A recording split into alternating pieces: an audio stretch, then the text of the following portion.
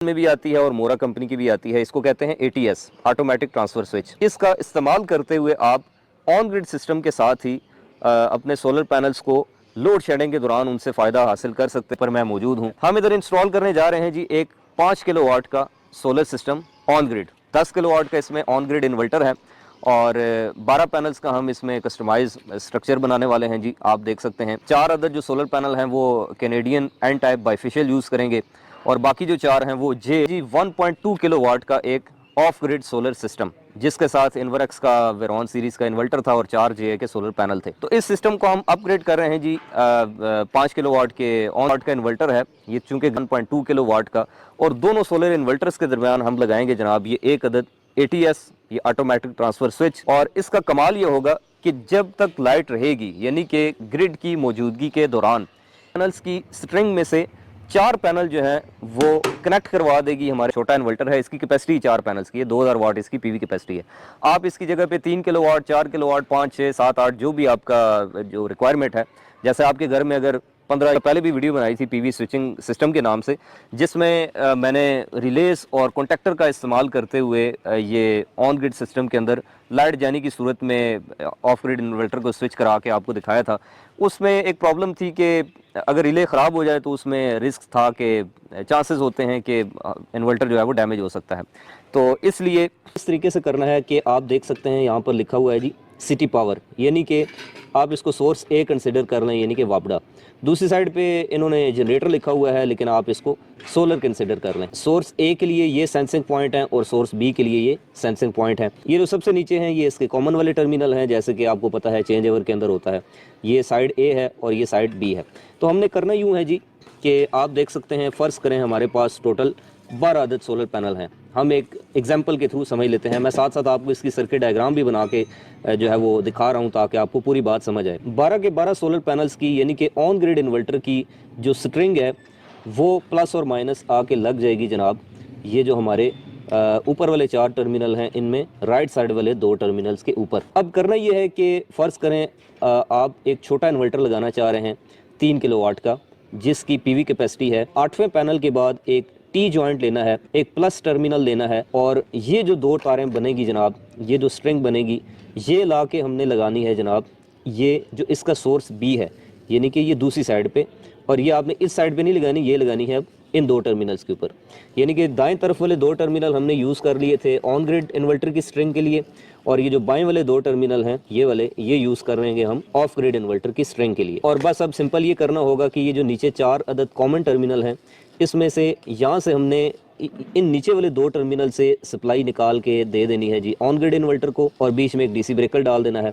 और ये जो लेफ़्ट साइड वाले 2 हैं, यहाँ से उन 8 पैनल्स की सप्लाई चली जाएगी जी हमारे ऑफ ग्रिड इन्वर्टर को, बीच में एक DC ब्रेकर लग जाएगा। बस इतना सा काम है।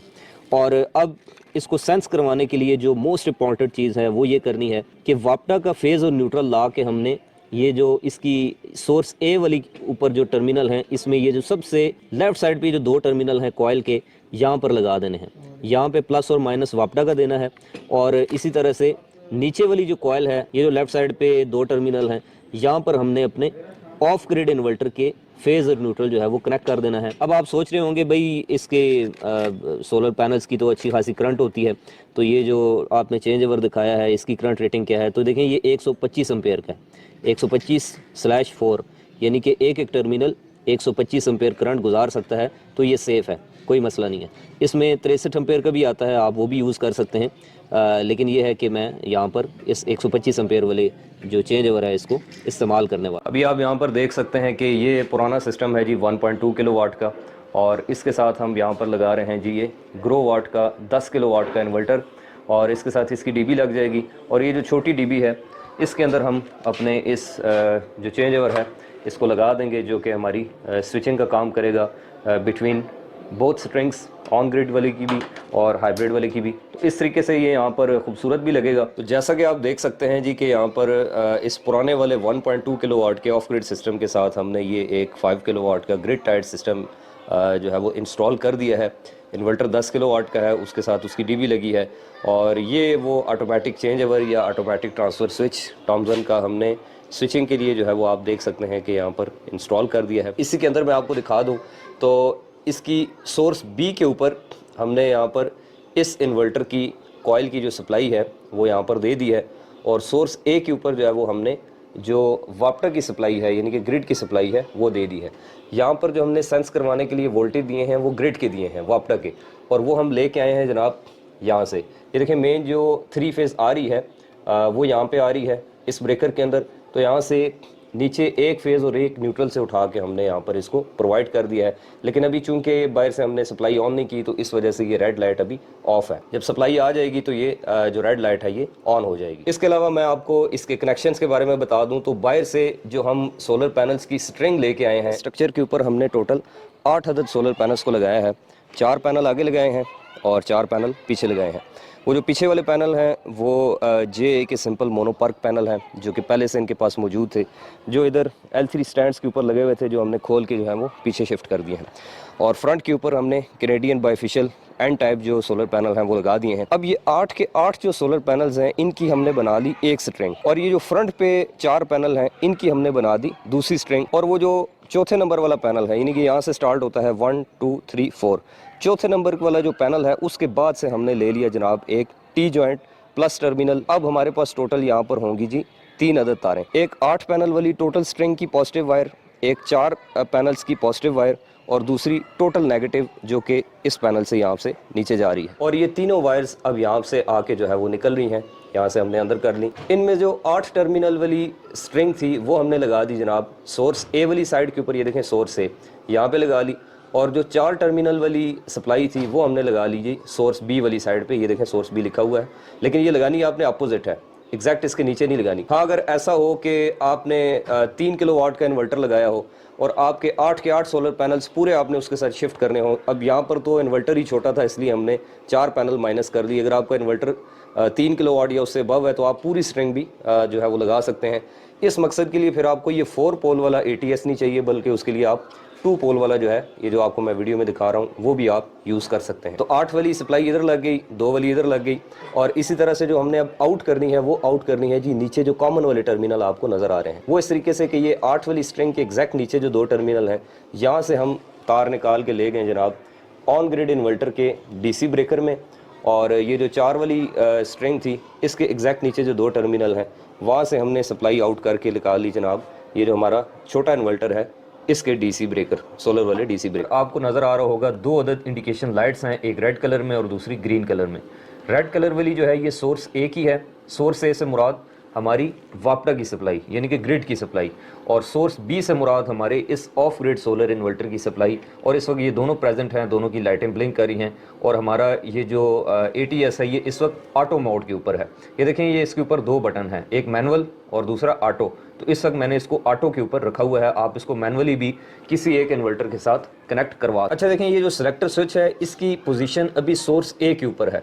सोर्स है मैंने बताया कि ग्रिड यानी कि हमारे 8 पैनल्स वाली सप्लाई अभी इस इन्वर्टर को चला रही है, और इसकी जो लाइट है वो भी आप देख सकते हैं ब्लिंक कर रही है। सोर्स बी के ऊपर अभी ये नहीं है, इसी वजह से आपको हमारे इस छोटे इन्वर्टर के ऊपर आप देख सकते हैं कि किसी किस्म का कोई सोलर का निशान, कोई सिंबल नज़र नहीं आ रहा।